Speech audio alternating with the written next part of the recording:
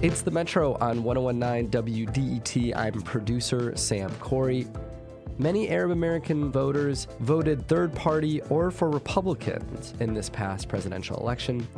This week, Robin and Tia spoke to one Michigan political organizer in the Republican Party about what he makes of the Trump administration's moves thus far and what he makes of his policies in the Middle East. Is there a political home for Arab Americans? We're asking that question because folks in the Arab community, like people in all communities, have many different experiences and perspectives. But American politics has two prominent parties, and so people have limited choices for where they tend to place their support. Now that President Trump is in office, what do conservative Arab folks in Michigan make of his time?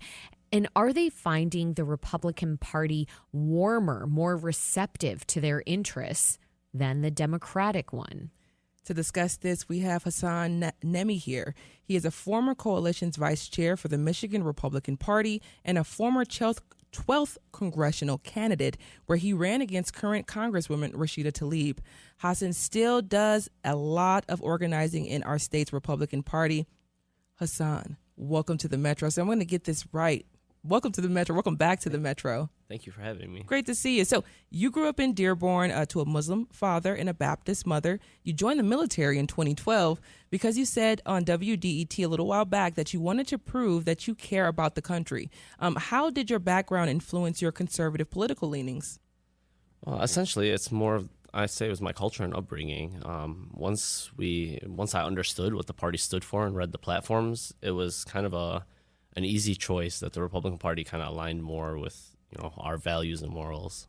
Yeah, and oftentimes I think about that, and I just think about same thing for folks in the Black communities. It's like a lot of the times your the way your upbringing aligns a little bit more with a different party. So can you talk about actually standing with what you actually believe in versus doing what you think is what everyone else is doing? Well, it was more so kind of looking at our community when I wanted to get into politics and see how I can help. And we really realized that one party was we had to pertain, work with them along their lines. But then you saw the Republican Party, it's a lot of free thinkers. So once we got in there, we were able to kind of change the view and give our input where they kind of welcomed it and went along with it, where we see a lot of like the Democratic political figures from our area, they get along with the left's agenda per se, and then they kind of got to flow with it, where they're not fighting for our community's values. They're kind of just going along with the large plan. Understood. The Republican Party has been changing over the past decade or so, just like you just said, with the new ideas and open-mindedness. It once stood for restricted government spending and tax cuts. Now, the party seems to be following President Donald Trump and what he says and does. Trump supports tax cuts, but he also is harsher on immigration. How do you think President Trump has changed the Republican Party in that way? Oh, I think there's a lot of change. If you see, it's more so a complete change. It's more the Republican Party went from like a fiscally Republican Party to now we're looking at conservative values. So, and we're looking at putting our nation first and our citizens first before all the other, the world politics in play per se.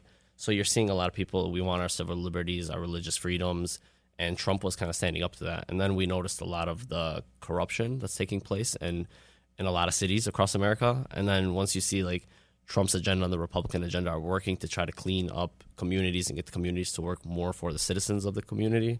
So it kind of went hand in hand. You see that shift where the Republican Party now wants to focus more on communities than we're essentially like fiscal Republicans per se. The button up and the ties. In the run-up to the most recent presidential election, many Arab Americans were upset about the Biden administration's stance towards Israel, which was bombing Gaza with American funding after that country was attacked by Hamas. Now, that led to the Arab majority city of Dearborn residents to vote for Donald Trump over Kamala Harris in 2024. And it was the first time since 2000 that a Republican presidential candidate won that city. Were you surprised at all by Trump's victory? No. I wouldn't say it was just the issue in Gaza that had to play. It was a lot more, especially in Dearborn, it was the schools. The Republicans and President Trump were standing with trying to push the schools back to the communities to be in charge of it, and then kind of pertaining to our communities, where the Democrats were trying to push this, federal education program across the nation, and we were kind of fighting back. So that I say was kind of the lead, starting up in our community, because we wanted change. We wanted our schools, our government, and all that to work toward, for our community and our morals and what we want as a community, versus, hey, we have to fall in line and play along with this agenda that we don't agree with. You saw a lot of that start from there, and then obviously the Gaza played into it and all the other issues. Some other things. So, but education is mostly controlled at the local level as is. So what exactly were we looking for, and what exactly were the concerns there? I know it's very specific when we talk about just Dearborn in general and the population and the community, which if most folks don't know what the community of Dearborn is a large Arab Muslim community. So can you just talk a little bit about those concerns there that were raised that were not being addressed beforehand? Well, more so, you saw the uprise against the books in schools and what our children are being taught, especially we're talking in middle school, the grades in middle school. So it was a big issue. Our parents stood up and we kind of rallied against that. And you saw that our local government was fighting back against the parents instead of working along. And you think it's supposed to work that your elected officials want your community's best interests at play. And we saw the complete opposites. Our community was standing up saying, hey, we want 1, 2, 3 in our community. And then our elected officials are like, no, that's not what's going to happen. This is what we're standing with. So you saw that kind of clash in between. And then it was a lot of work at the same time. It was a lot of the activists educating our community on how things actually work in our nation. Because you got to remember, a lot of them are first-generation immigrants that still don't understand our process. Yeah, yes. And recently we've just have so many things happening, of course, but recently Trump has named 2 Arab Michiganders to positions as ambassadors, which I think is very, very new in his country to even hear. But Hamtramck Mayor Amr Ghalib is set to be the ambassador of Kuwait, and then we have Dearborn Heights Mayor Bill Bazzi, who is set to be the ambassador of Tunisia. So we know Arab Americans are not a monolith. We know that. But in your eyes, do you think these were significant decisions by Trump for Arab Americans? I believe so. The last 4 years, I'd like to say, we've worked closely with the Trump administration, Trump campaign per se, speaking about we want representation, we want a voice in his ear. So when we're making these decisions nationally, you have an Arab American voice to tell you, hey, some of these decisions, this is how it's going to affect the Arab, the Arab countries or the Arab, civilians. Mm-hmm. So we understand how we're being perceived, across the globe.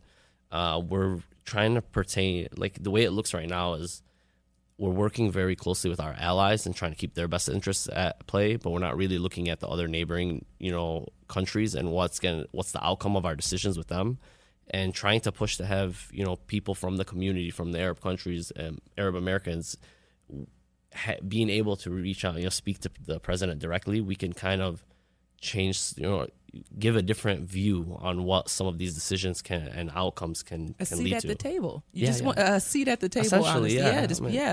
And so I want to build on that just a little bit, though, because the importance of having a seat at the table. But oftentimes, are we concerned about where these seats are taking us? Yeah, we can. Yeah, you always have to worry about where they can go and what they're leading to. It's always about staying true to the individual at play, and to me, anybody that in politics really has to be the person that's thinking about their community first, not even their name themselves. It has to be literally your community. You're there to represent them. As long as that's happening and we don't get lost in that, it should be a beautiful thing. And the Republican Party hasn't been without divisions in Michigan. Of course, you stood against Christina Caramo, the former Michigan GOP leader, and she was ousted. But so were you and others who held positions in that power. You critiqued the state Republican Party for being exclusive and Christian nationalist. Do you think that's still an issue right now in the party? Slightly, yeah. Mm-hmm. We're combating it. I mean, it's like anything else that we deal with. When you're trying to break new ground, there's going to be a lot of work, and it's going to be a back and forth kind of game. When I first got into the Republican Party, trying to work, I felt like I was doing an uphill battle both ways. Working with the party to accept me, and then also working with my community to accept my decision. Yeah. And trying to get that going. Moving forward, we're seeing a lot of the party open up and want to kind of get away from that notion and move into including everybody that has conservative minds. But then you still have a large faction that still wants that Christian national movement, and it's going to take some time to work through that. Yeah, we're going to definitely get more into that. You're listening to the Metro right here on 1019 WDET FM. I'm Tia Graham. And I'm Robin Vincent. We're talking about how Arab Americans have been reacting to the Trump administration's decisions and whether they're finding a more stable home in the Republican Party. Our guest is Hassan Nimi, a Republican Party organizer in Michigan. Hassan, Trump's election is credited with helping strike a ceasefire in Gaza, but that ceasefire was fragile. It's ended just this past week, and another more than 400 Palestinians were killed in Israeli attacks. What's more, Trump has said that he wants to take over Gaza and turn it into a so-called Riviera and forcibly displace Palestinians.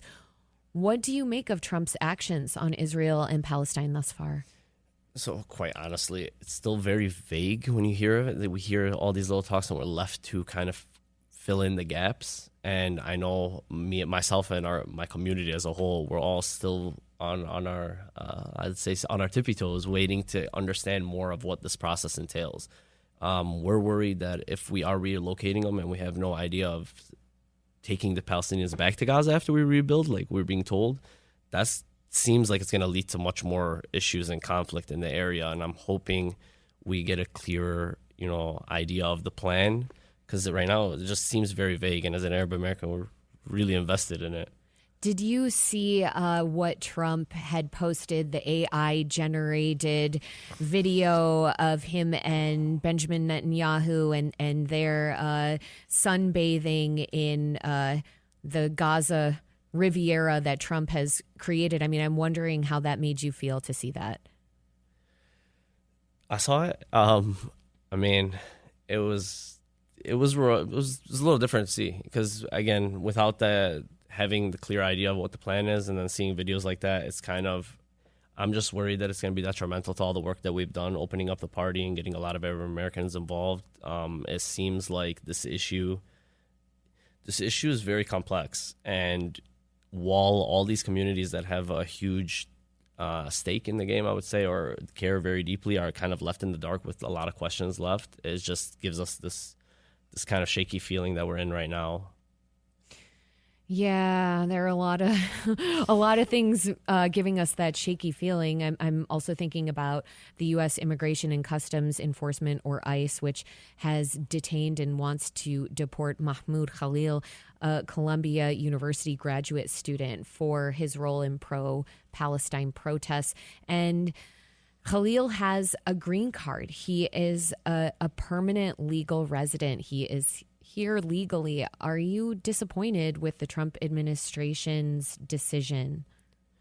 With the information given, I would say yeah, but I'd like to hear more, because you've heard stories where he's openly, pushing like the Hamas organization versus pro-Palestine. So again, it's another one of those where we need to know more about the story to understand if it was the right decision or wrong, because there's, certain words will take it down a certain avenue. But it is disheartening when we're protesting, and we saw all these protests, throughout.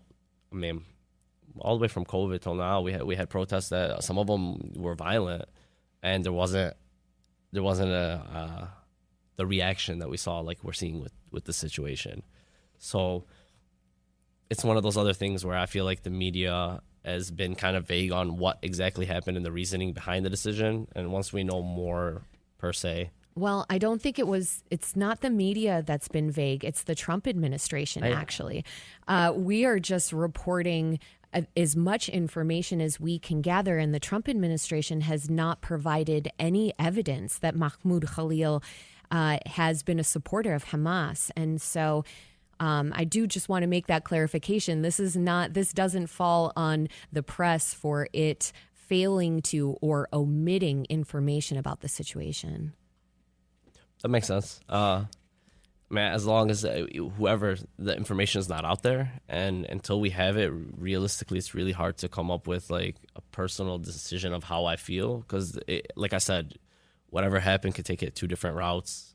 Yeah, I gather from you that You feel a little bit torn, like you want President Trump to truly be your president, to be a president for Arab Americans. But there are some things happening right now that leave you in a place a little bit of confusion. Well, with every president that we've had, I believe there's good decisions and decisions that we all don't agree with. I mean, I can't sit here and say like I'm wholeheartedly going to agree with every decision that our president makes, whoever the president is at the time. But yeah, I was hoping once you saw the appointments and the way that we've opened up the party and everything moving forward, you think that our voices are a little bit more recognized or heard. I mean, we have the largest concentration of Arab Americans in the Western Hemisphere located right here. That's right. You think we're a little bit more heard. To me, it just doesn't make sense. You have, like we say now, we always talk about data and we talk about, everybody getting all these facts. Well, you have like I said, largest concentration of Arab Americans. I would pull them. A lot of your decisions that you're making in the Middle East and Arab countries, you'd understand the feedback you're going to get over there if you just talk to the Arab Americans that are here. Right.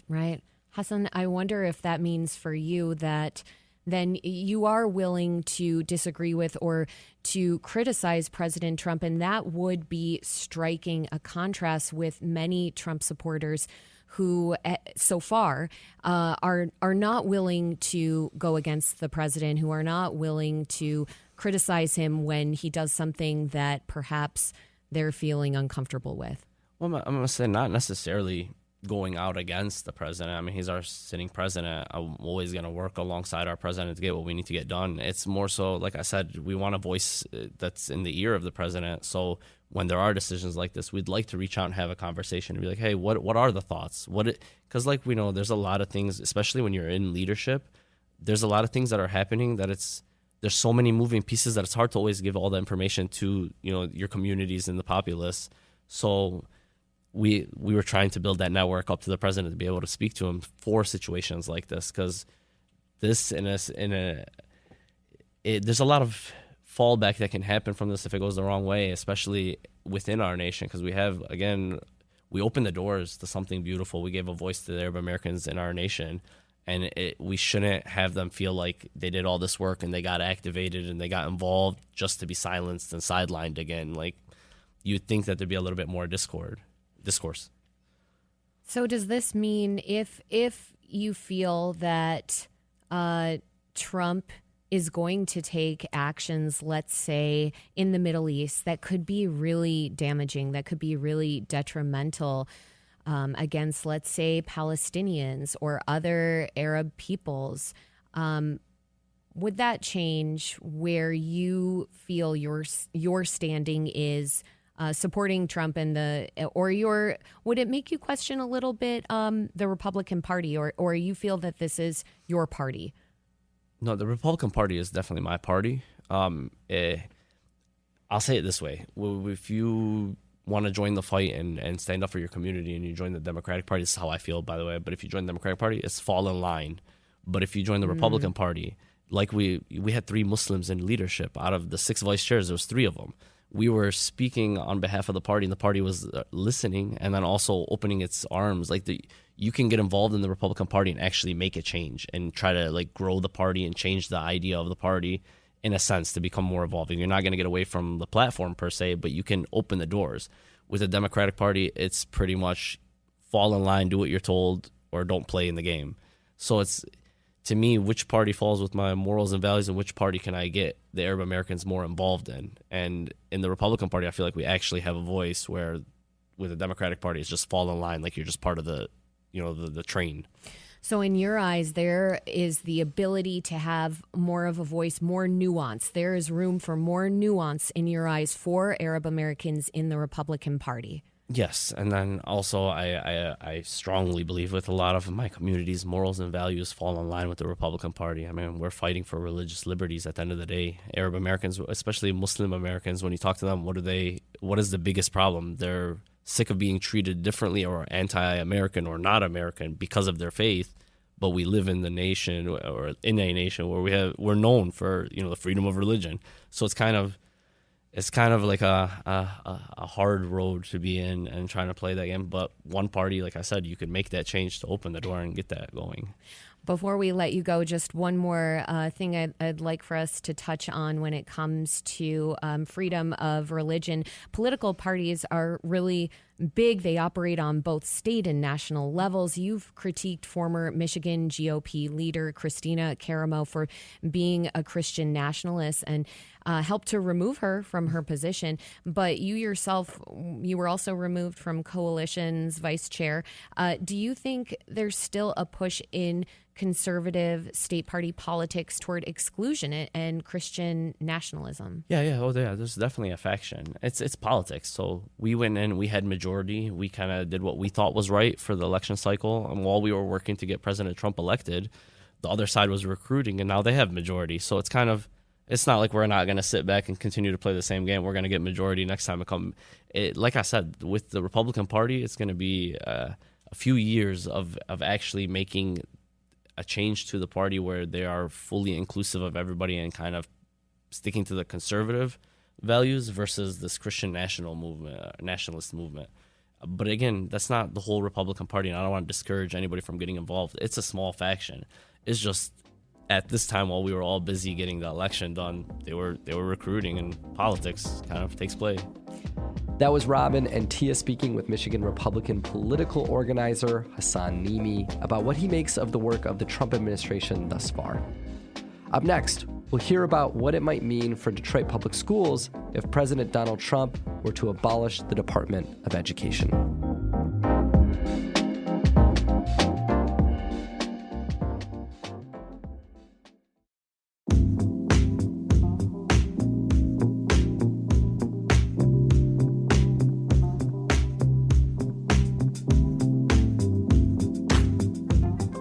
Welcome back to the Metro. I'm producer Sam Corey here with you throughout the hour. President Donald Trump says he wants to abolish the Department of Education. This week, Robin spoke with Detroit Public Schools Superintendent Nikolai Vitti about what the fallout from that could be. He began this conversation speaking about why federal money matters for Michigan schools.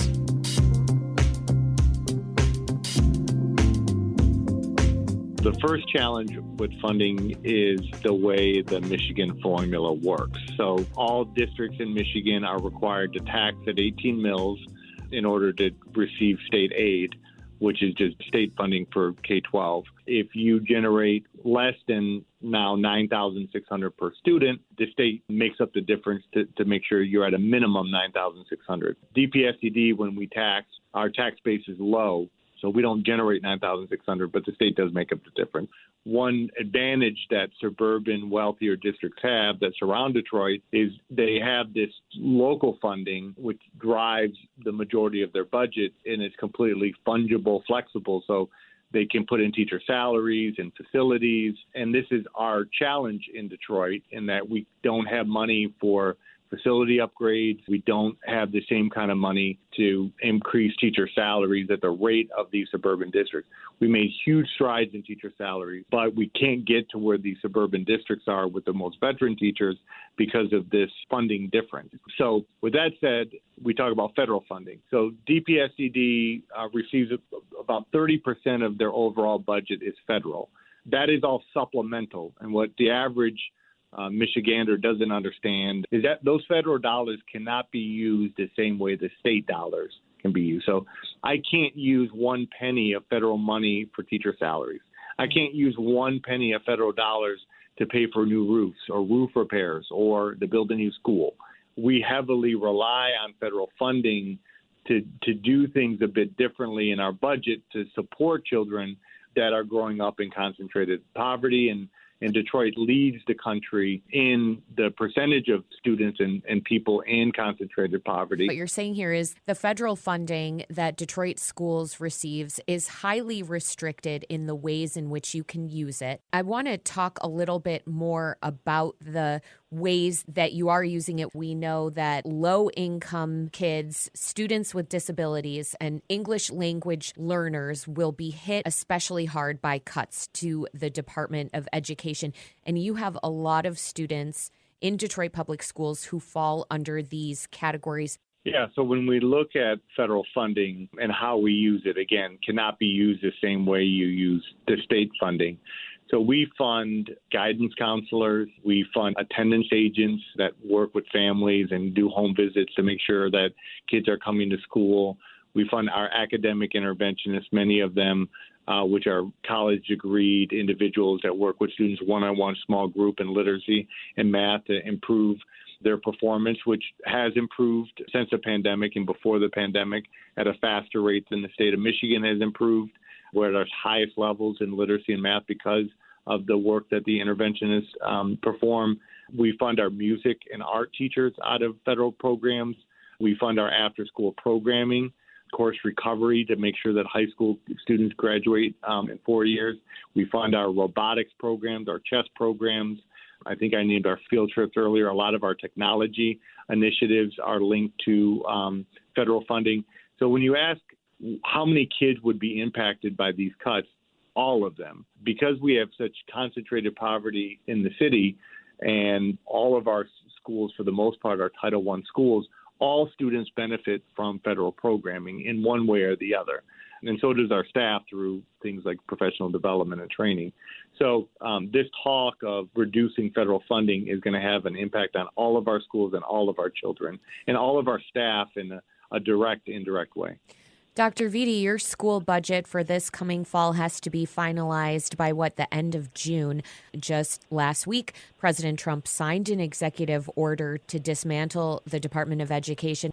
How is this affecting the way that your budget committee is operating right now? Is everyone scrambling? What kinds of hard decisions are you facing now? Well, I've used having lived through a pandemic and been a superintendent in the pandemic, it was just completely chaotic and unnerving to figure out all these new challenges and how to overcome them.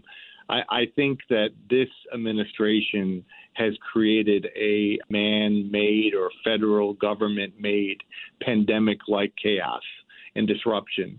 There are significantly more questions and answers, very little guidance about the direction of the federal government. So let's break this down, for example. As you mentioned, our budget has to be adopted by June. We have a state budget that usually is not adopted by June, but we get enough sense of roughly where it will be based on the governor, Senate, House proposals, and we sort of take an average of those three and get a sense of where things will land, and we adopt that. Generally, not perfect, but fairly, we get it done fairly accurately, and then we can do a budget amendment after the fall count to reconcile any differences between the adopted budget and then the updated budget. But federally, over several years, we have not had significant changes in the federal funding. So the federal government doesn't have to adopt their budget until October. So you can imagine the kind of anxiety that we're going through and just disruption and thinking, okay, we got to balance this budget 30% based on federal funds in June, and we may not know that there are cuts and the extent of cuts until October. So you're going to imagine the chaos that can ensue with school starting for us in August, and then 50,000 kids coming to school, thousands of employees coming to school, and then we are officially told in October that the federal budget is being cut by 25%. Maybe all of Title II is cut, which supports training, or Title III that supports English language learners. And we're going to have to scramble to adopt a new budget after the fall count with those cuts in mind. Now, we're developing contingency plans where we'll use our fund balance fund balance is money that is basically our savings account, our rainy day fund to fill a gap. That may be only filled for a couple months, maybe a year, depending on the extent of cuts. And so that's the chaos that I'm referring to and the disruption that I'm referring to, because our goal is to protect student achievement, to protect the classroom, keep people employed because they serve our children, and probably fill the gap through our fund balance. We're also going to rely heavily on the state.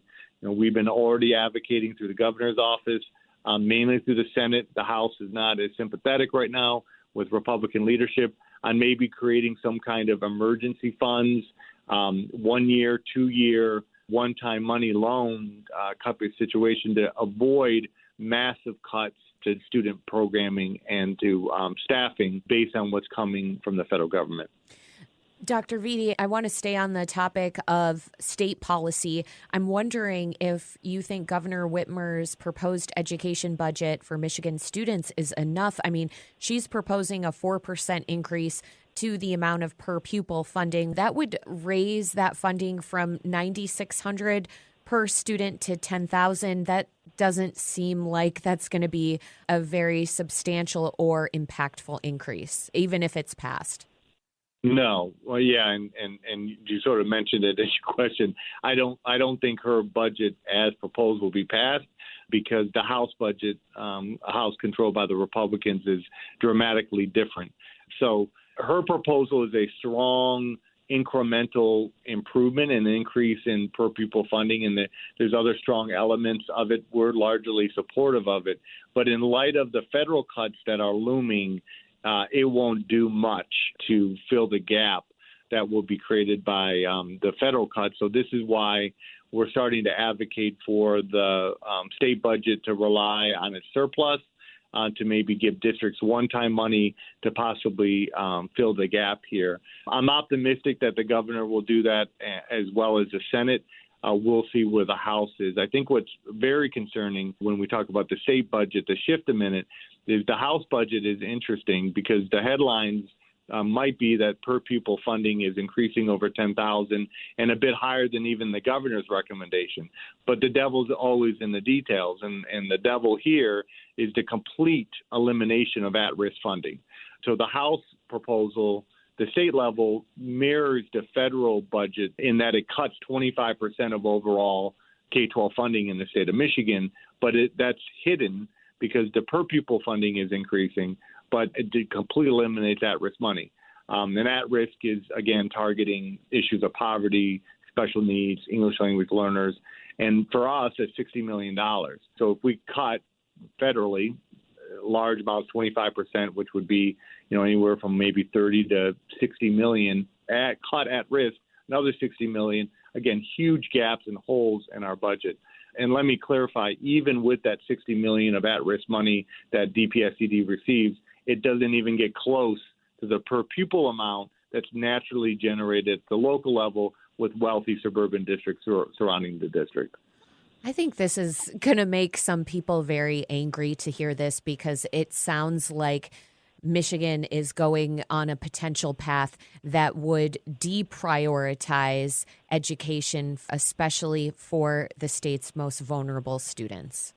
Well, absolutely. And I think what's frustrating is the messaging coming out of Washington. So, as you abolish or plan to and work with Congress to abolish the Department of Education, I'll be honest, and my colleagues aren't completely on the same page with me. We don't really feel the day-to-day impact of the Department of Education at the federal level as we run districts and we run schools. That's just a fact.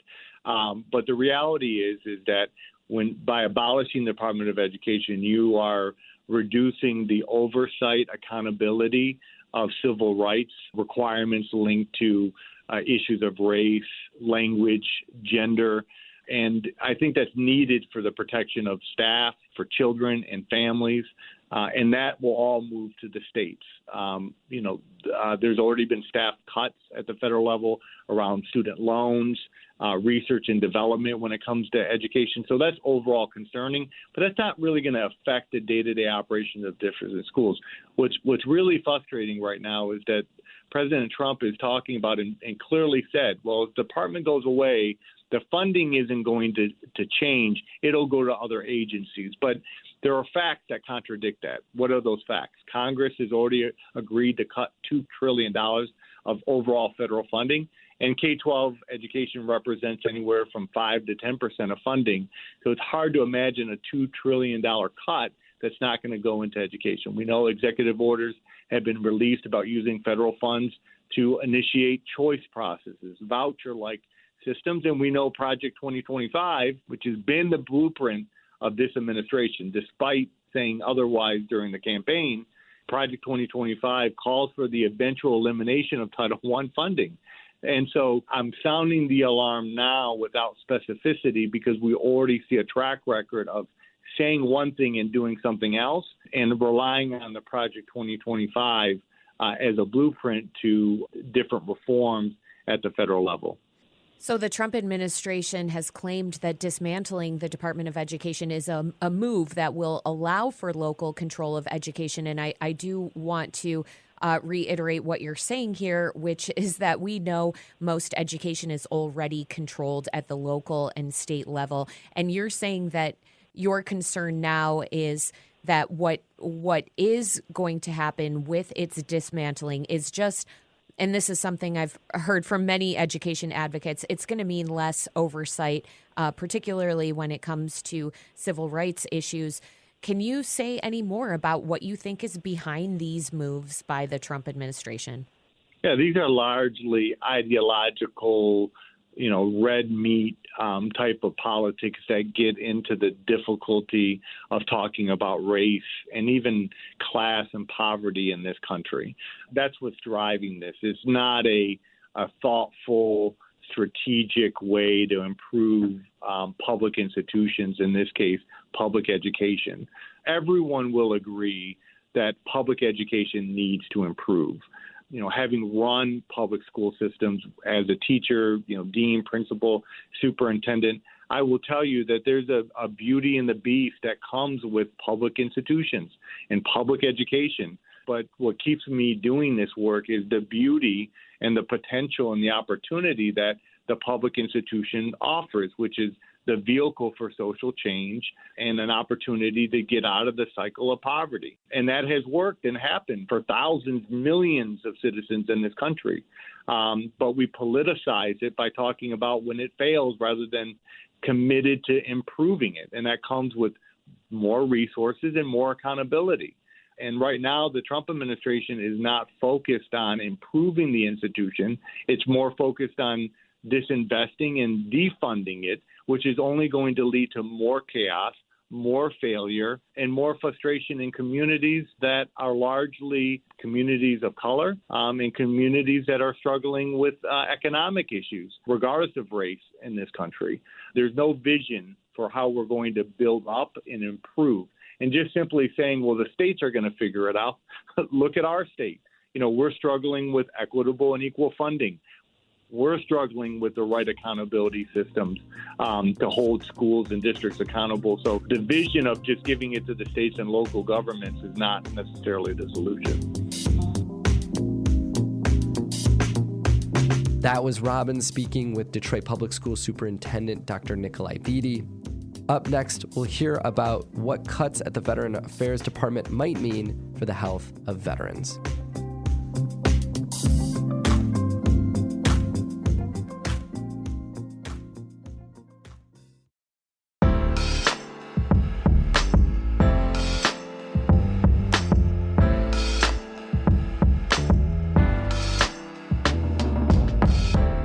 Welcome back to the Metro. I'm producer Sam Corey.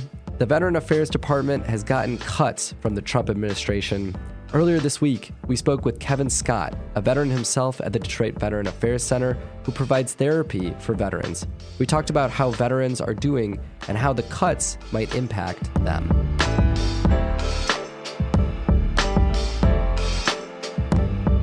The Department of Veterans Affairs announced job cuts that could reduce its ability to provide some services and benefits. Healthcare is probably at the top of that list. Veterans risk their health to serve this country, and they often leave duty with physical or mental health issues. The VA is there to provide them with the access to care they need to manage those scars.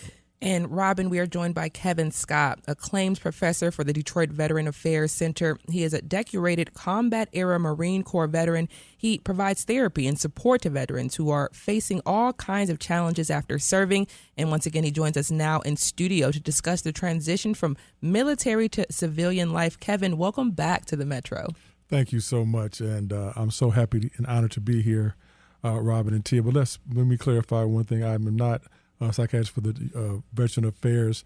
I have my own private practice that I do specifically for veterans called the Crisis Peer. So veterans contact me when they're having issues. So I am not an emissary in no way, shape, form, or fashion for the VA. I want to put that out there because we're in very tumultuous times, Yes. and I don't want anybody to misrepresenting anything I do on behalf of the VA. Yep. So say the name one more time. Mine is the Crisis Peer. Okay. And Yes. where is it located? It's located in Southfield. And you can go to my webpage, www.thecrisispeer.org. Thank you so much, Kevin. So first and foremost, thank you for your service. Thank you. What are those days like when you return home from duty? How different is your life at that time?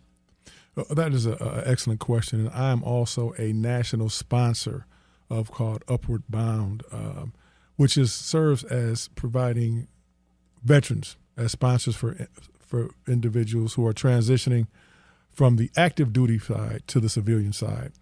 And what research has determined, and Dr. Gerald Garassi, he's the one who has put this wonderful piece together. It's called the deadly gap, which is the first 30 days from post-discharge. That's probably the most vulnerable and most susceptible time when our military veterans are at their pinnacle for completing death by suicide.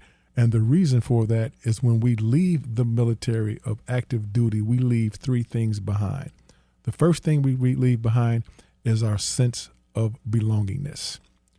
The next thing we leave behind is our sense of purpose. And finally, the last thing we leave behind is our sense of camaraderie. That was going to be the question, was about community that you build and the family that you build when you are in active duty and what it means to leave that community behind. Absolutely. It is a very frightening, to say the least. And actually, in all actuality, I specialize in traumatology. And it's a very traumatic experience because you leave what you know to now embark on what you do not know. We know formations. We know being here. We know following orders. We know what our mission states. Now you have taken that away from us, and you have not prepared us to transition into the minutia, if you would, of civilian life. How does my military training, how can I articulate that and become marketable in the civilian sector? It is very difficult.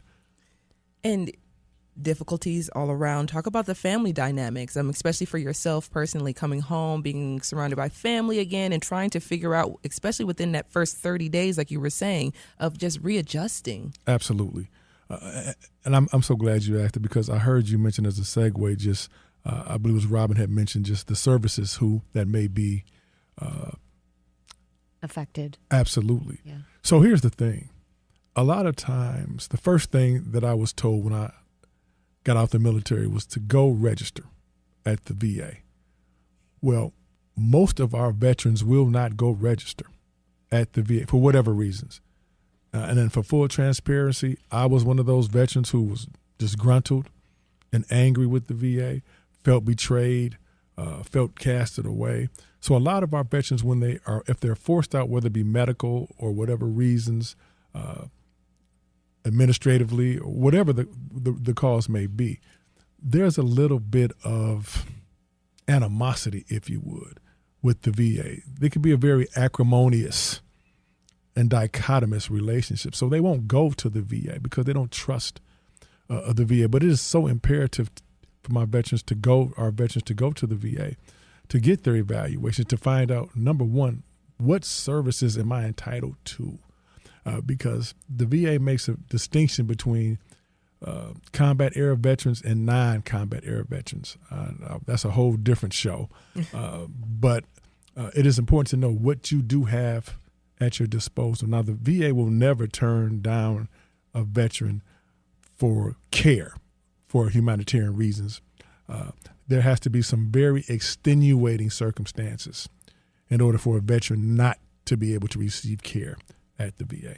And Kevin, I was thinking, because, you talked about even before you were transitioning back to civilian life, you already had your hangups about the VA. So what were some of the things that were going through your mind, especially as you're entering into or not entering into the VA when you're returning to civilian life? What were some of your hangups there?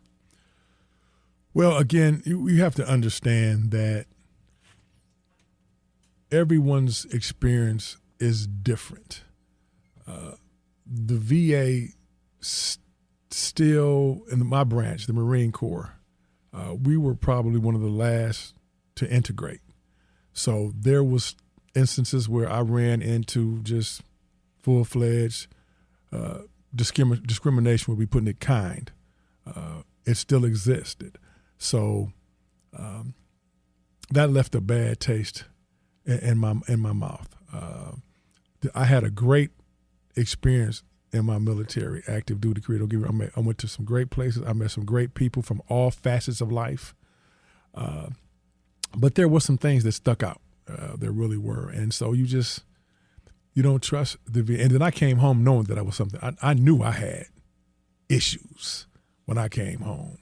And just to continue to go to the VA and apply for claims and continue to get denied, and they keep not brushing off, but diagnosing it as something else that you know it's not, because a person knows when they're off, and Kevin knew that he was off. And having that feeling, coming home, you know you're not yourself. You're not Absolutely. What you're used to being before. So you're home. You're readjusting to civilian life, and you know that the VA, in your experience, is not going to be the place to go to help you through healthily in a positive way. So what were some of your first steps coming home and trying to find help or finding outlets or finding mentors or folks to talk to? Well, it's funny because here's the thing. Just based on my experience and just from veterans that I have had the privilege of talking with, there is, in the VA, let me make sure I get to the VA has gotten better. Okay. For me, at first, there was no middle ground. Yeah. Veterans either loathed the VA or they loved the VA. You were never going to find, well, they were ambivalent. You're not going to get that. I hate it or I love it. And so the VA has become very conscious of that, very cognizant of that. And they have made concerted efforts to address those deficiencies in their care. See, it's one thing to get veterans to come to the VA, but it's a totally different stratagem to maintain and sustain them longitudinally throughout the lifespan for their care, to engage them. So the VA has embarked on looking at various metrics and variables that help to facilitate that. And it's about just really meeting the veterans where they're at. One of the greatest things that the Detroit VA has done, they put a recreational center down there, and they brought chess back Monday through Friday, which was probably one of the greatest therapeutic modalities that they could have ever done.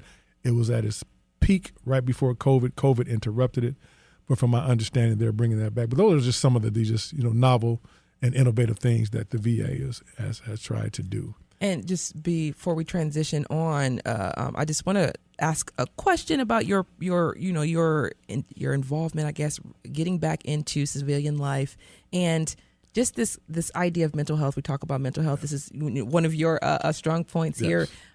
The idea of serving for a country that looks that discriminates against you, that you come home and you're not seen as this person who just did this amazing thing for their country. Could you talk about the mental health aspect of that and trying to work through that and navigate that? It's difficult. And I think for me personally, again, I want to make sure that it took a lot of intentionality. It took a lot of what I call psychoeducation, where I had to go and understand me first. I had to understand what my diagnosis was, even the fact that the VA wasn't there yet in acknowledging my diagnosis. I knew I had PTSD. So I knew the red flags. I knew what my red flags looked like. I know what my thought process looked like. So I educated myself. That's what I did. And just looked for other individuals whom, as you stated, community. There's a saying in the annals of NA, and I've really stole that phrase, and I say that the therapeutic value of one veteran helping another is without parallel. And I truly believe that.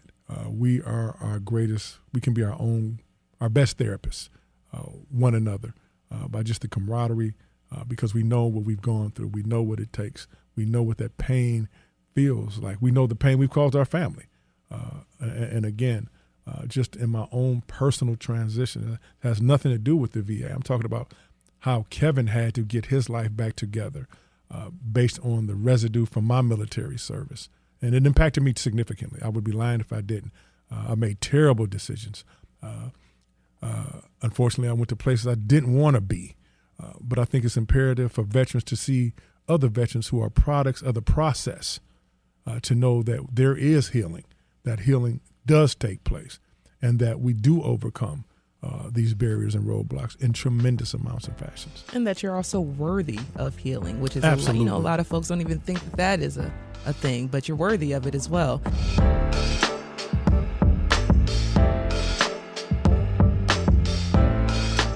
That was a conversation we had with Kevin Scott of the Detroit Veteran Affairs Center. Stay with us for the next hour, where we'll hear more conversations we had this week on the Metro. This is WDET, Detroit Public Radio, your connection to news, music, and conversation.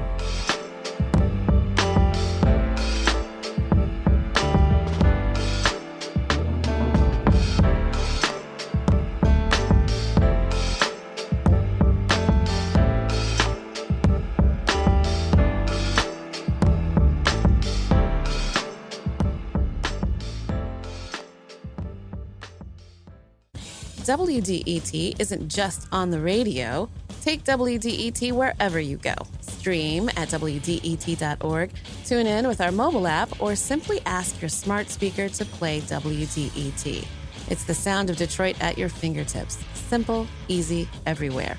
And don't forget to follow us on social media for exclusive content from your favorite WDET shows. Stay connected to Detroit at WDET.org.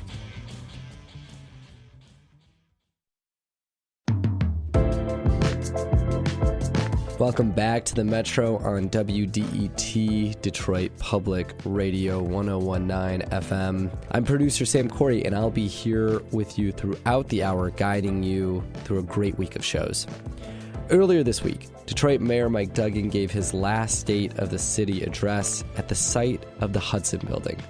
T.N. Robbins sat down with senior news editor Quinn Kleinfelter to break down how this address was different from his previous ones and what we should make of Duggan's time as mayor.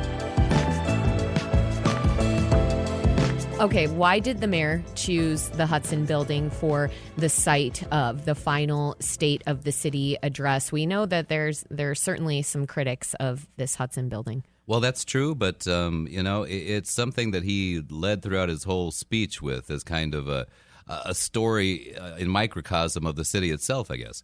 But it was very much as a symbol, because it was something that people used to love about Detroit, and it's what they would call the heyday, which is the late 50s, when the auto industry was booming so big and the city's population was as large as it's ever been. And then it sat there as a blighted, abandoned structure, more or less, when Hudson's went away. And then now it's been refurbished and brought back to be, I guess, the second biggest building in the city, and certainly a big skyscraper that Dan Gilbert's put a lot of money into. And in some ways, it was very much a sign that this is the rebirth of Detroit continuing, and something that Duggan said in his his final State of the City address. It's a rebirth that he promised is going to continue long after he will depart from City Hall. Okay, so he sees it as an emblem of Detroit's revitalization, which we know was definitely focused on the downtown. We will get into that in a minute. But first, did anything surprise you about what Mayor Duggan said last night? You know, you just said a second ago that, it was focused on downtown, and certainly that's been the case, and the downtown desperately needed it at the time. A lot of people will say, is this ever going to get out to the neighborhoods? And that's been something that people have been concerned about for years and years and years. That was something that Duggan actually brought up, which was, I thought, a little surprising. He has tried to get different things out there and has had different developments and different rec centers they've opened, things like that. But he said that the biggest battle that he had found in the city of Detroit was trying to get investment into the neighborhoods. And so he talked a bit about that and about trying to get rid of the massive blight. I mean, some people don't quite remember when Duggan took over, the city was trying to claw its way out of bankruptcy. And it was being known as a city that was the symbol of blight as opposed to redevelopment.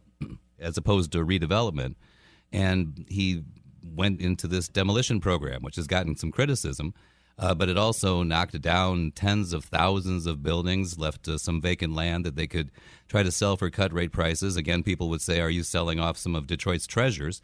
But at the same time, it also nobody was building there, and they were able to get some industry and other things in to get jobs. So I think the fact that he focused on that, along with all these accomplishments that he's made, and that was something that still needed to really be addressed is true. And it's something that, he, as you say, he's been criticized for, but has tried to make some inroads into. Now, Quinn, another big thing Duggan spoke about was the riverfront. Billionaire Dan Gilbert proposed a plan to tear down 2 office buildings to create 400 apartment units, a hotel, offices, and a public promenade. He wants to build a quarter mile, Michigan's finest family and entertainment destination, all across the river, right? To rival Navy Pier as a tourist destination. Duggan did more reflection than anything last night, but he spoke about the riverfront and the redevelopment of the Rensen. How soon are these riverfront plans likely to happen? He kept talking about the next 5 years. In fact, one of the things he brought up was that people, city employees and others, were coming to him saying, are things going to continue on after you're gone? As Tia had said earlier, Duggan is leaving because he's going to pursue a bid to become Michigan's next governor as an independent. And so he would say there's this 5-year plan. That's what he kept referring to, 5 years all the time. That construction, we've got this project, that that have barely even started or haven't gotten going yet, and that they're coming within this next 5-year period. This was one that I think made a bit of news because when they're talking about the Rensen and what could be done with it, saying that they couldn't get any tenants in whatsoever, that they really were going to almost have to get rid of 2 of the 5 towers, but then that they had an idea of how to do the 3 that would still be something worthwhile, and that Gilbert said you needed something to be able to draw people to that area. Since, again, this is getting a little bit off far afield, but even Duggan mentioned this as well in his speech. GM kind of built this as kind of a fortress within Detroit to be away from the city, and now they want them to be connected into the downtown. So by putting what he was referring to as Navy Pier, which is a nice touristy upscale spot in the city of Chicago, and trying to have that along the riverfront here, that certainly would be a draw and would be a way to help the Rensen be of great use in the future. I mean, a lot of us want to see the riverfront more developed, I'd say, but certainly some of us would like to see it more developed in an accessible way that doesn't feel like it's too touristy, too bougie, something that like regular folks can't enjoy more of. So I know that's a concern too. Yeah, and not to interrupt, but that was one thing he kept saying too, which I thought was a little surprising, is we need to get the riverfront turned back to the people. And he was talking about how it used to be that there would be developments and high-rises here for lower-income people, and then we'd have on one end and then these luxury things on the other, and it was all separated. He kept saying, he repeatedly said that we need to turn the riverfront and that whole area back to the people of Detroit, which is something that he's always billed himself as, and the people that will like Duggan will say, is that he was a, quote, man of the people. Well, speaking of returning power to the people, here's Duggan again speaking about putting community leaders in charge of intervening in disputes. Can you imagine what happens if every place we have disputes, we have the trusted people in the community talking? What could we do? And so last year, we had the fewest homicides since 1965. Okay, so Duggan has certainly helped lower crime. You've covered other mayors and their administrations in Detroit. Quinn, what do you make of Mayor Duggan's ability to do that, to lower crime in the city? I don't know that it's his ability necessarily. I mean, I think they put more money into it for one thing. I guess, I should change that, I suppose. He talked about that himself in the address, that because they were able to get out of bankruptcy and have a financial cushion of sorts, they had money to invest back into public safety. During the bankruptcy process, other cities were coming and poaching Detroit cops and taking them away because they were trained. They'd already had a lot of rough situations to deal with, and they were getting paid.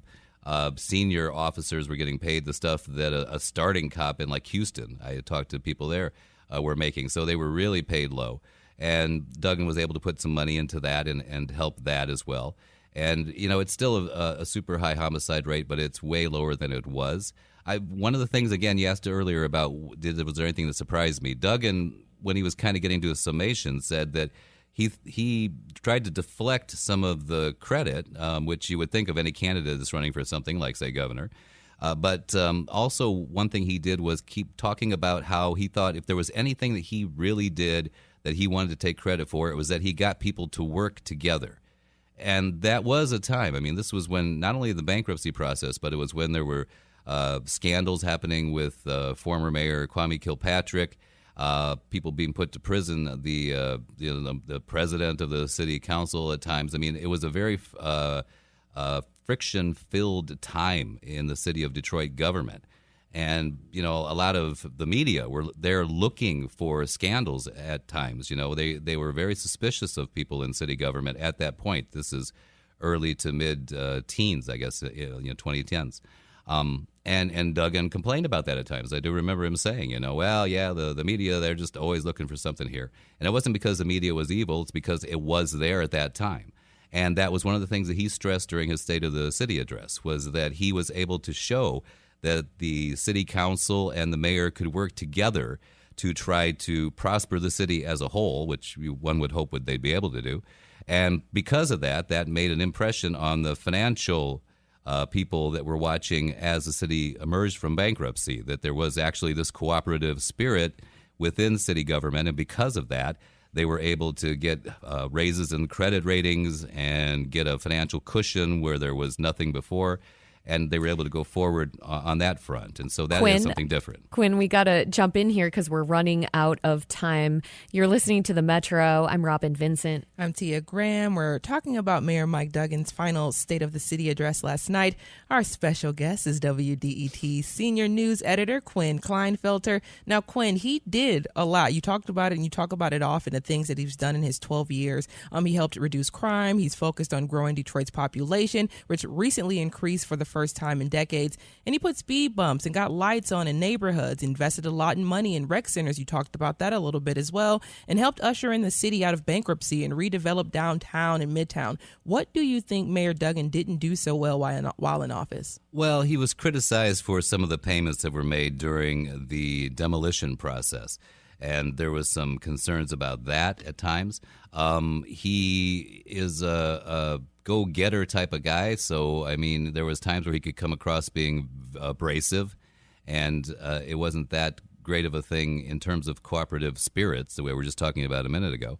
I guess, one of the things is when I'm out and about talking to people throughout the city, there were most people, there was always criticism here or there of anybody that's a leader in government. But I continually heard from people that said they wished he'd run again and that they thought things had changed, as you said, that the street lights had gotten put on and the different aspects of the emergency response times had improved greatly when you used to call for an ambulance and had to wait forever while you're somebody's laying there in front of you on the sidewalk. And they would try to get there more. Public transit. There were all sorts of issues. So he's far from being a savior of anything, but he has certainly turned around some issues and coming in at a very rough time where he was mayor, but he didn't even really have the authority because there was an emergency manager in place because of the bankruptcy process. And they had to show that they could do 3 straight budgets in a row and balance them before they even were able to actually function as a mayor and city council.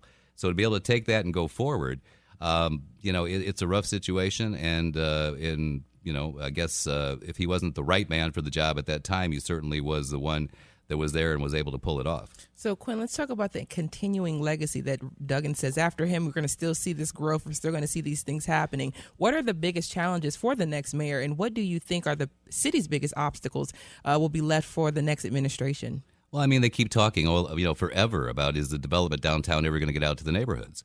And are we going to see those be able to thrive more than they've had?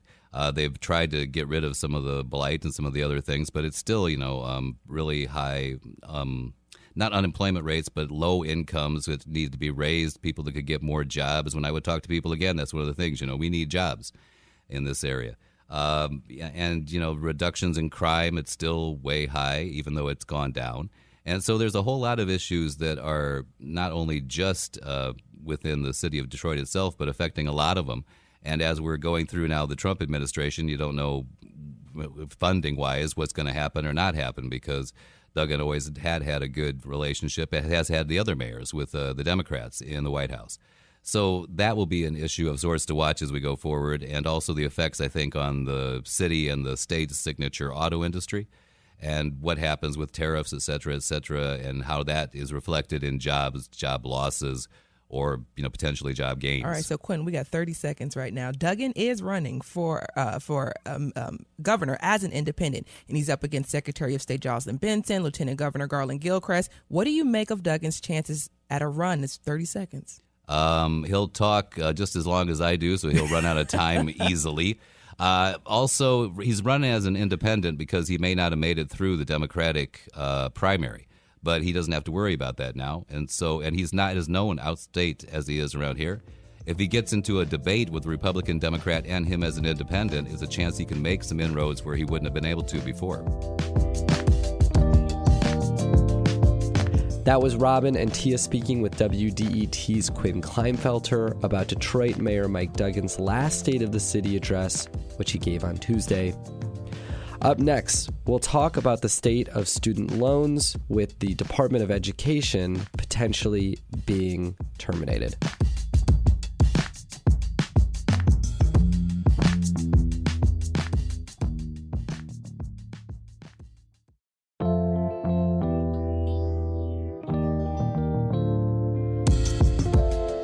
Welcome back to the Metro on WDET, Detroit Public Radio. I'm producer Sam Corey.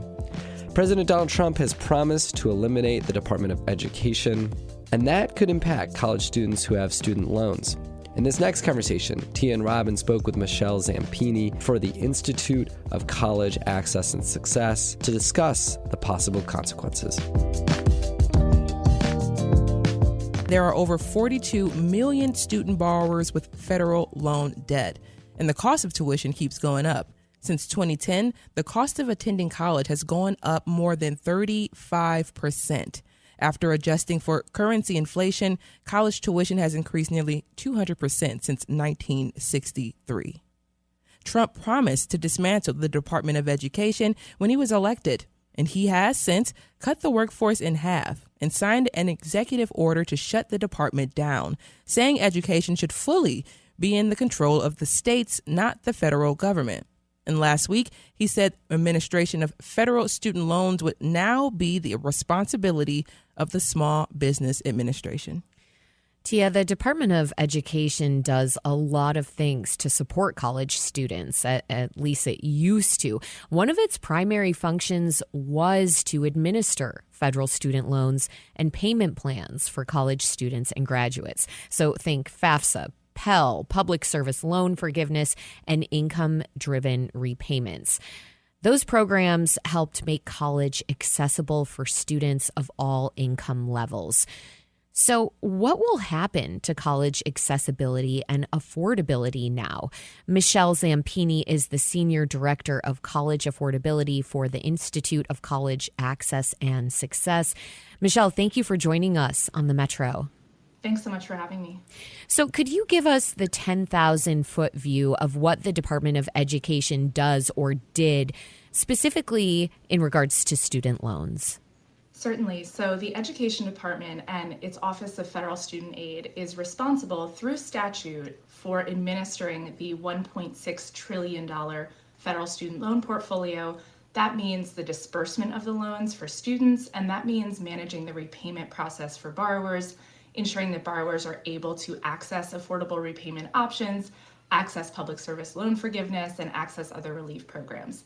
In addition, the Department of Education disperses all other forms of federal financial aid, including the Pell Grant program. And so the department really is the access point for students across the nation to be able to pay for college and afford college, and then to access affordable repayment options for any loans they had to take out. Now, Michelle, why is it important for there to even be federal student loans? Why can't we let, say, the free market bear out student loans? The federal student loan program is an incredibly important access tool that creates equity of opportunity for students who wouldn't otherwise be able to cover college costs out of pocket or through a privately run loan program.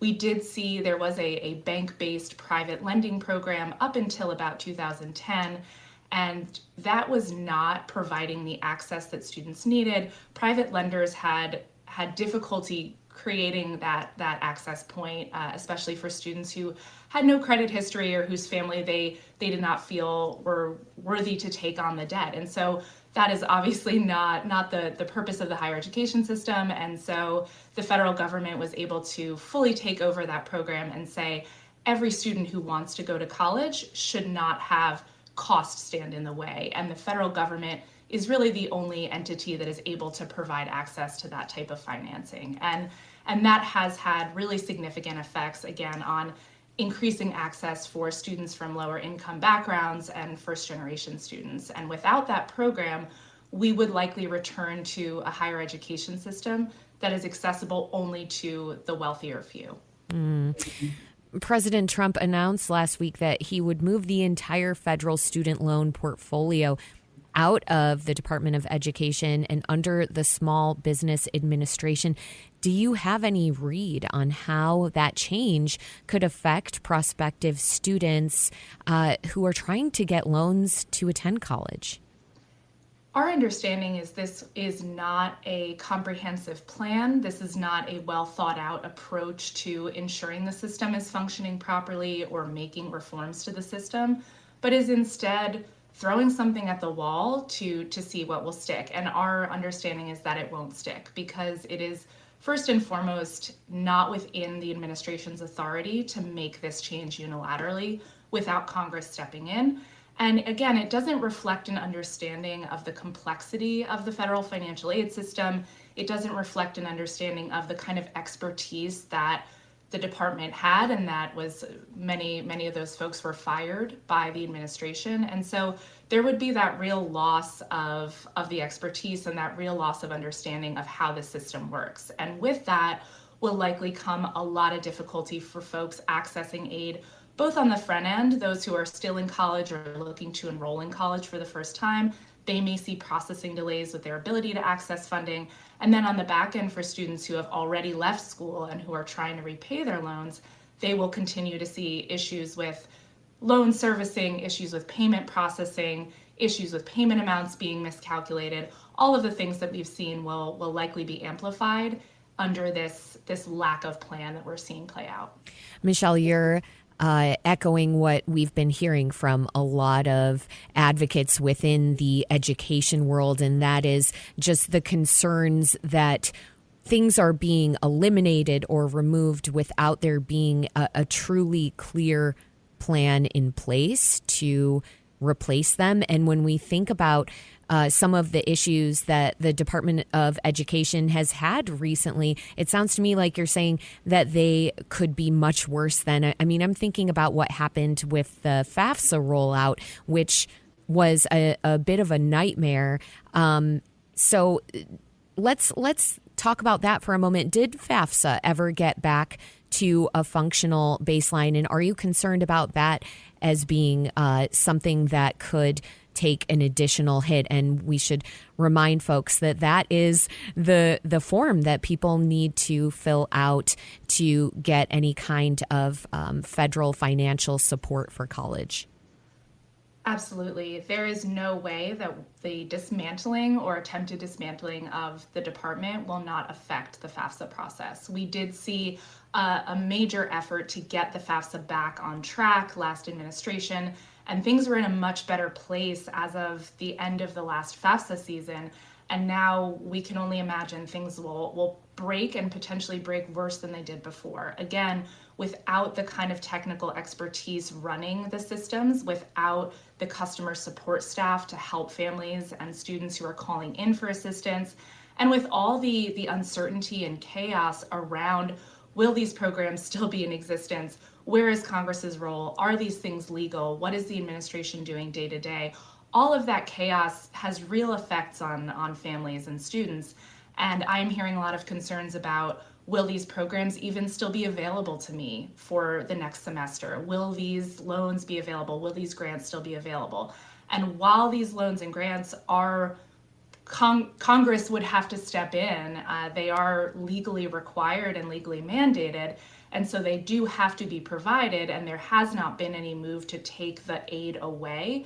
Because the aid may not be properly administered, that concern is very real for families, and I think that also has an effect on folks' ability to engage with the system and to say, I don't want to take that financial risk on if I can't rely on the federal government to uphold its end of the process. And our concern is especially folks who need especially grant aid and loan aid to enroll in college may decide not to, just because of all of the chaos swirling, and that is a real shame, and we're very concerned about that.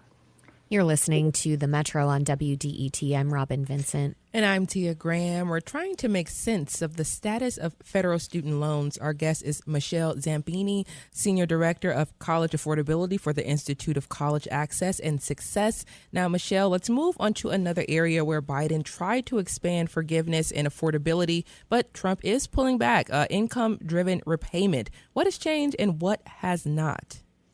Sure. So income-driven repayment plans are essentially a affordable repayment option for borrowers whose regular loan payments month to month would be unaffordable.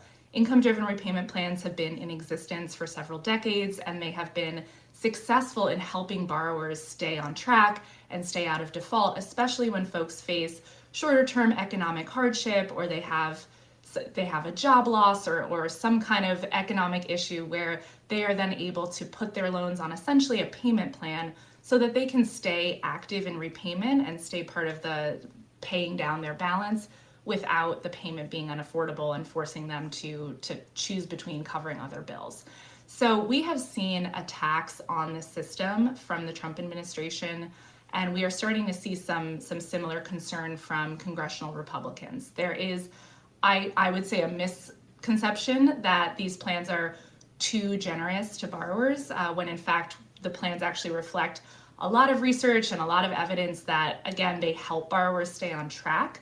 And so they are enabling people to stay in the repayment system instead of going into delinquency or defaulting on their loans.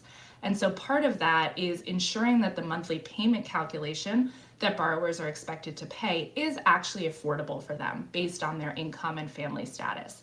And that is what is really under threat, is what is an affordable payment and whether those balances after a certain amount of time will be forgiven. Up until now, since the early 1990s, the system has said if you've made payments for 25 years, a maximum of 25 years, any debt that remains, the government will write off. And that is a really long time to keep someone in loan repayment, and most borrowers will repay their debt before they hit that timeline. However, there are proposals on the table, again, from congressional Republicans to eliminate that kind of time-based exemption and that kind of statute of limitations type 25-year endpoint. And so we are extremely concerned about how that would affect borrowers, and especially, again, how that would affect families with lower incomes. And similar vein here, what about Pell Grants? What impact do they have on accessibility for students, especially those who are at risk?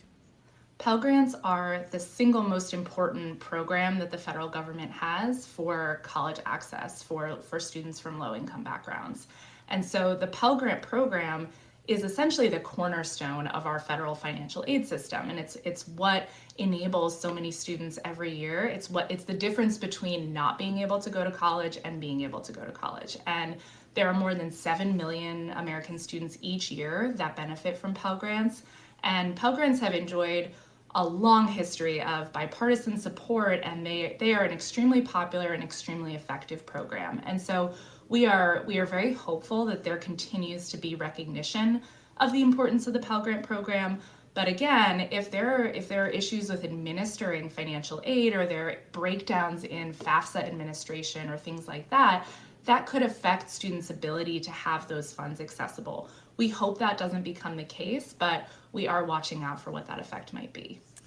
And just spitballing here and going a little bit further into it, you say 7 million students would be impacted by the Pell Grant if it does go away or something happens to it.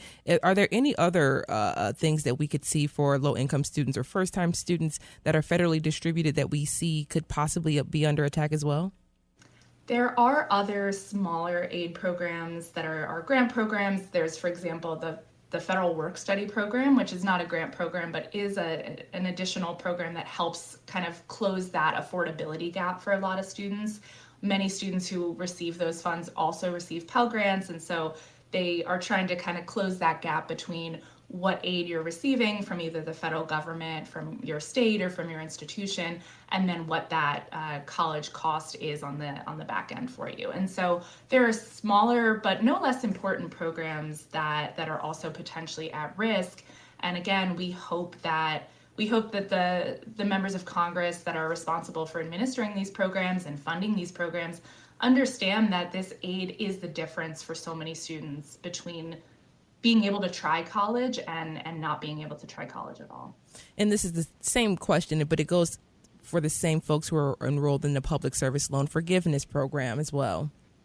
Certainly. So that is really for folks who have come through the other end of their college experience and are in the repayment system and are working some kind of public service job and are looking to receive relief after 120 payments. So that's 10 years of payments. And that was promised to them through the contract that they signed when they took out the debt with the federal government. And it's mandated in law. It's legally required that they have those benefits given to them if they meet the qualifications. And so we are still seeing that those discharges, those relief programs are being administered for students. Students are still seeing that forgiveness as they earn it. But again, without the expertise to manage the system and without people who have an understanding of the complexity of the system, making sure that those forgiveness totals are being tracked, making sure borrowers are being approved when they qualify, all of that could start to roll back for borrowers. Again, we are hopeful that that won't be the case, but any kind of major transition to another federal agency, any kind of major loss of staff like we've seen at the Education Department, all of that means that there are a lot fewer people who understand how to get borrowers these benefits, which they are legally entitled to. Yeah, and Michelle, with all this uncertainty we're talking about around federal student loans and the threat of the privatization of college loans, I imagine some prospective students are wondering if college is worth it right now. What do you think? Is the degree worth the debt right now? I would always encourage someone, if they want to try college or if they want to enroll in college, that is absolutely what they should do. And there are still, all of these programs do still exist. So the Pell Grant program does still exist. There is still funding available. The student loan program does still exist. And for all of its repayment issues, the federal student loan program does offer the best kind of loan access for students, far better than anything the private sector would offer. There are also continue to be a lot of state programs that, states have stepped up and have a lot of free college programs or free community college or some kind of tuition assistance for students. So I would say that any student who has the goal of enrolling in college, I would hate to see that they don't reach that goal just because of what's happening with the federal government. So I would say, certainly be aware, be proactive, be careful, maximize the grant aid that you can receive, look at all of your different options and see what kind of scholarships and aid are available through those channels. But do not give up on your goal of enrolling in college because it does pay a lot of dividends. And the worst thing that could happen from all of this is students who are looking ahead to their future to build that future for themselves choose not to just because of the actions of the federal government. That was Tia and Robin speaking with Michelle Zampini of the Institute of College Access and Success about what Trump's decision to eliminate the Department of Education could mean for people with student loans. Up next, we'll hear about how Detroit came to have one of the best public transit systems in the country and why the city and suburbs decided to dismantle it.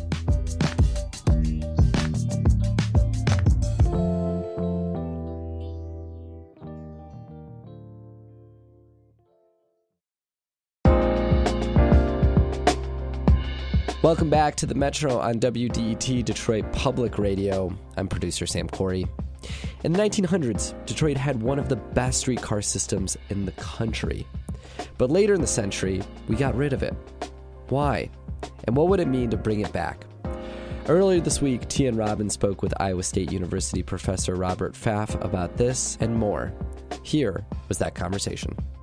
I want to talk a little bit about your personal journey. You studied Detroit's public transit system from the 1920s to the 1970s, and that was part because you grew up in Detroit and you were a teacher on the East Side's Marcus Garvey Academy. Okay, so talk a little bit about, of course, that, growing up in Detroit a little bit. Oh, man. So I worked at Marcus Garvey Academy as a student teacher. I never became a fully fledged teacher, I have to be very clear, but I commuted every single day, and I remember talking to my students, and I remember seeing the difficulties that they had just getting to school at Van Dyke and Werner, and I remember just wondering about elements of the built environment. At the time, I wanted to be a high school history teacher, and I eventually stumbled into urban and regional planning and transportation focus and transportation studies to really tackle the equity questions of how residents can gain access to places around the built environment, right? Thinking of schools, thinking of workplaces, thinking of education and healthcare facilities. All of this is something that got wrapped up because I observed it in the actual 8th grade students that I was working with at Marcus Garvey. And I'm in that intersection often, so yeah. Mm-hmm. Okay, so what, I'm thinking about streetcars, of course. How good was the streetcar system in Detroit,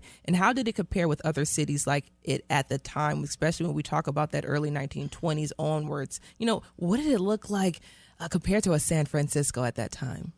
I mean, I think it's really interesting to take yourself back and sort of do this little historical imaginary to when you can be standing on Woodward and it's a more narrow street and there's, you know, you look down the street in any direction and you can see streetcars like lined up at like intersections down the road. Now we have the queue line and you'll have to wait a long time for the queue line to show up.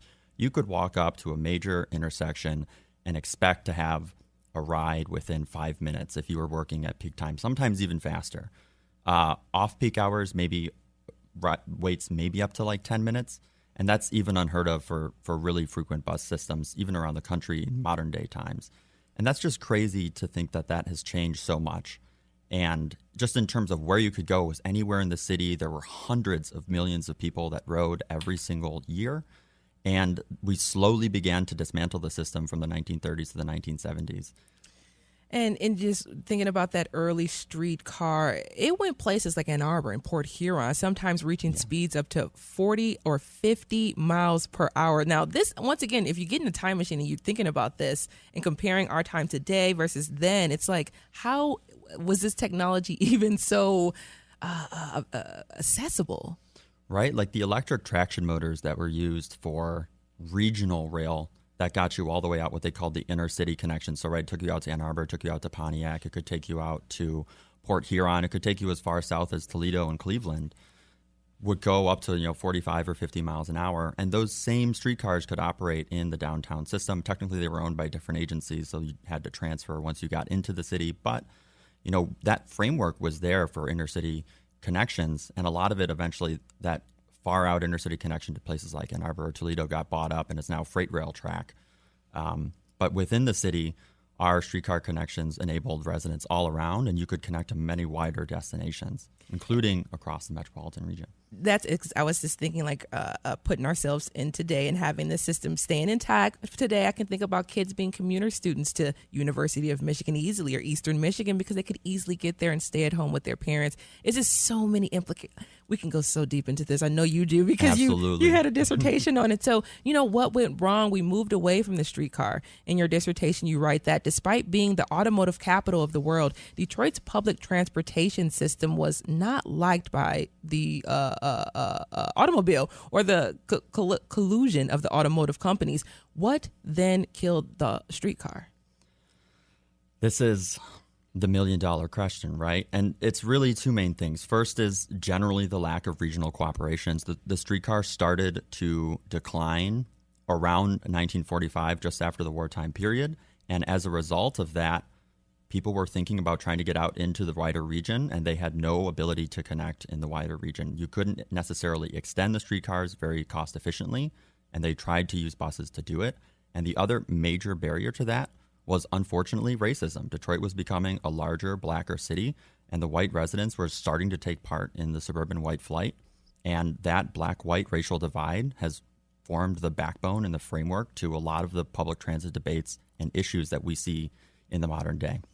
There's so many nuances and so many other things that were happening around the death of the streetcar. And just hearing you talk about 1945 and the war, how much did the war play a part in it? Not necessarily immediately in the death of the streetcar. Rather, the war actually saw this enormous surge in ridership. Nice. I think there was a fear, like other streetcar companies across the country, that Detroit's streetcar would die sometime in the 1930s as a result of the Great Depression.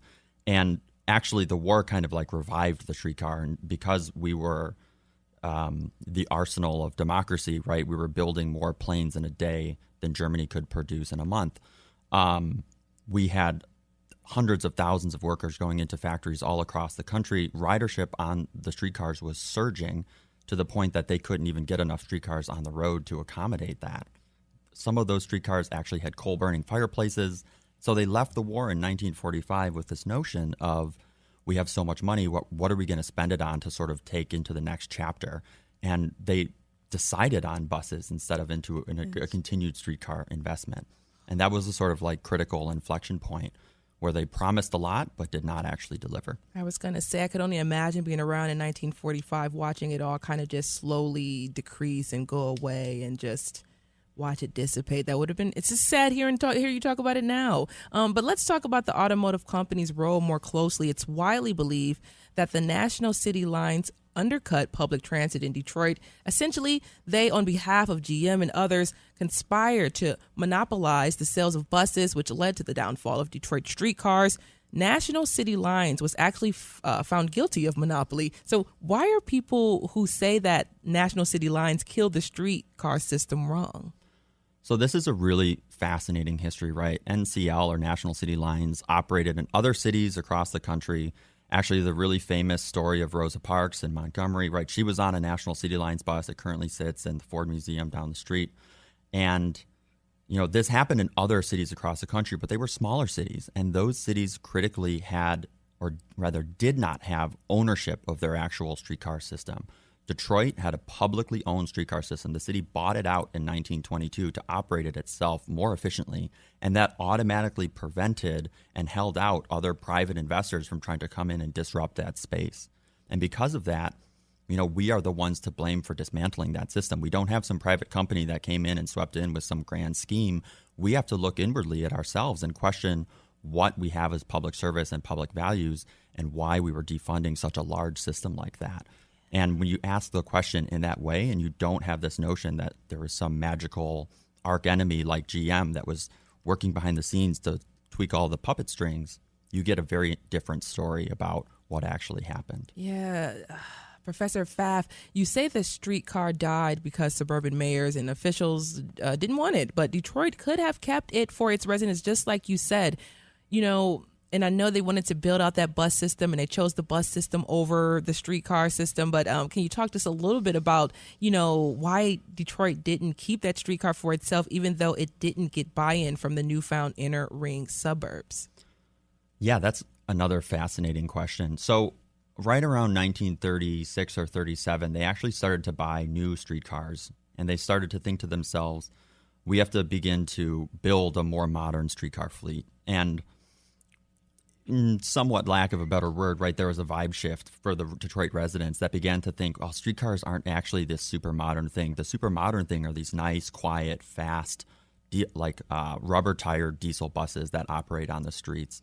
And so the city was kind of doing a dual strategy where they were investing a little bit in the streetcar fleet and then also investing in an increase in the bus fleet. And they continued that all the way up to 1945. And then they hit that kind of like inflection point, and they started to decide, if we're going to serve the modern region, we have to see, or we're identifying population trends that show people moving into slightly lower density, more suburban residential areas. And in order to provide service to them, we can't do electrification, we can't do tracks. The easy way to do it is with buses. And so the city said the better way to provide service into the new expanding metro region is through buses. And they identified that that was the sort of like transit future, and they began to build towards that. And you would hope or think that streetcars would kind of be the downtown core or the backbone of the system, and that didn't actually materialize. You asked the question earlier about how our system compared to other systems around the country. Other systems around the country maintain that sort of, rail backbone, even if it's like Chicago with elevated rail, or New York City with famous subways, or Boston, or even DC with WMATA. They maintain the central core, and it's served by outer buses that feed the central core. We demolished our central core with the assumption that buses could go everywhere, and then that vision never really materialized. You're listening to The Metro on WDET FM. I'm Tia Graham. And I'm Robin Vincent. We're talking about the history of Detroit's streetcar system and why Detroit's public transit system is so fragmented. Our guest is Robert Pfaff. He's a professor of community and regional planning at Iowa State University, and he wrote his dissertation at University of Michigan about the history of Detroit's streetcar system. Let's go to the phones. We have some callers who've been patiently waiting. Joseph in Detroit, thank you for your patience. What would convince you to take public transit in the city? Easy. Make it run for longer than a mile. That's fair, Joseph. I think you're echoing some of the feelings that many of us have. And I think many of us had hoped that could have been the case with the Q line. We're going to go to Christina, who's also from Detroit. Christina, thanks for calling the Metro. Thank you. Can you hear me? Yes. Go ahead. What are your thoughts on public transit in Detroit? So I think my thoughts might be a little bit different than what I've heard the last probably like 6 to 7 minutes. I'm actually a car-free mom in Detroit. Due to the infrastructure in 2021, the flood, I watched my car float down Trumbull, where I lived, and I decided after receiving a check from the car insurance company that because of my location, that I was going to see if I could go car-free. The goal was for a year. That was 2021, June 26th. I am officially still car-free in the D. And I take public transit. I take it to my clients. I'm also an entrepreneur who homeschools my child who's on the spectrum. And I mean, I talk about it on Twitter, Instagram, TikTok, LinkedIn. And Detroit's transportation isn't Chicago, but Detroit isn't Chicago. Detroit's transportation isn't New York. We don't have the population or even the percentage of the population. We're not New York. I believe in the last 4 years, it's getting better. Is it the greatest thing in the world? The greatest thing since like white sliced bread? No. But I also think that there's strides, especially with Kramer involved, coming from Detroit, people move over to DDOT, that there'll be a lot of changes. And it's not the worst thing. And my goal in like social media is to help people see like you can do a lot of things and live a life car free. Again, I also go into that with like being able to effectively plan. If you have to be at work at 8 a.m. and you know that you have to take, unfortunately, 2 buses to get there, maybe we're not, leaving our house at 7:05 because, the next bus is scheduled at 7:15 and then the next one after that at 7:45. Maybe we have to do the 6:35 for right now until something else gets better. But by all means, I'm not saying to like stop griping on the system because no, it's not the greatest thing in the world. But well, it's Christina, that you're saying though it's something. I'm sorry to cut you off there, but it's something that folks do have to make a concerted effort to participate in this transit system. Absolutely. Like I have a friend who, if anyone follows me on Instagram, tell us your account. Socially Chrissy is on all accounts. Perfect. Go on. And recently, so the newest nuance of my life is that I am obviously car free, but I now have an e-bike for the last few months. And I'm now impacting so many people to show how I use, I have a cargo style, so my daughter can still be on it, and I have a traditional style, and showing people, people didn't know that you could put a cargo bike on a bus. You can, there is a weight limit, but you can. And the one that I have is able to go on a bus. And so that helps me with the last mile. So one of my clients is Good Cakes and Bakes. I'm able to go from downtown Detroit, where I live.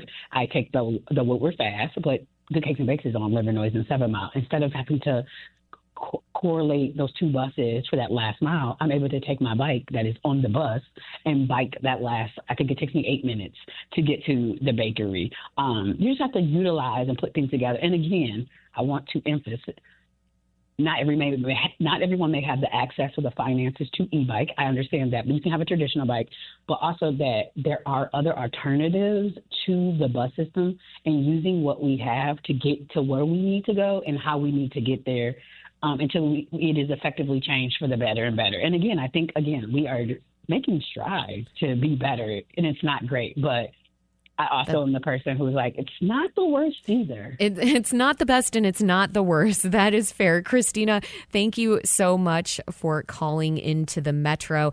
Let's get back to the history, if we could, Professor Pfaff, explaining how we got here to this place of limbo, of transit limbo, where it's not the best and it's not the worst. So you say that automotive companies didn't kill the Detroit streetcar or great bus public transit, but they didn't seem to help rail either.